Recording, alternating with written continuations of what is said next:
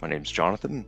I consider myself on the neurodivergent spectrum, and I was diagnosed with ADHD when I was probably about 10 years old. In 2011, I believe, I was diagnosed with what was then called Asperger's syndrome, which now would be considered an autism spectrum diagnosis. Just having that knowledge and being open about my diagnosis and the some difficulties or advantages of it has certainly helped me feel more comfortable in my role. Some people would call me a keener, and it's often very difficult for me to sort of fake a social interactions. When I'm captivated by something, I want to deep dive into it.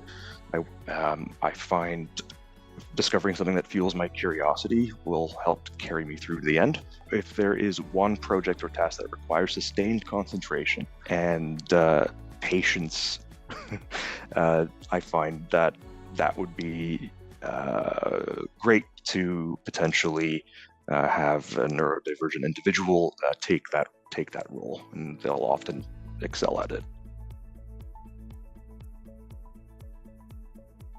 Flexible management styles have been most helpful for me.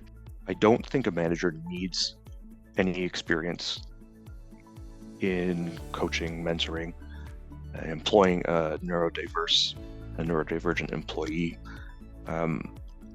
They've put in the effort to maintain open line of communication, answer the questions that they have, and approach things with an open mind.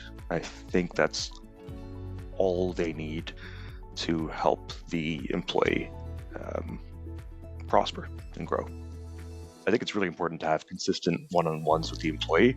Let's just make sure that both the employer and the employer are both aligned on the goals, and that these are upheld to a routine schedule.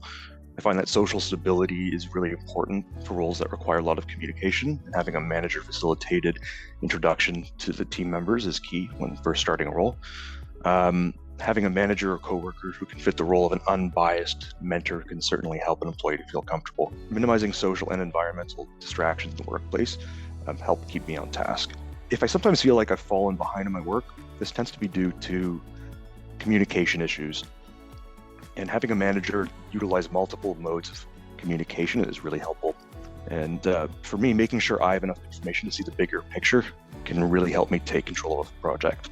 If an employee does come to you with an issue, do your best to listen and try to help mitigate it, as it's likely something that they've been holding on to for a while. You have to sort of realize that there are people out there that aren't as vocal or don't take advantage of the kind of means, networking means to get noticed, and these initiatives really help expose this quiet bunch to jobs that actually really need these kinds of qualities in an employee, or at least as a part of a diverse team.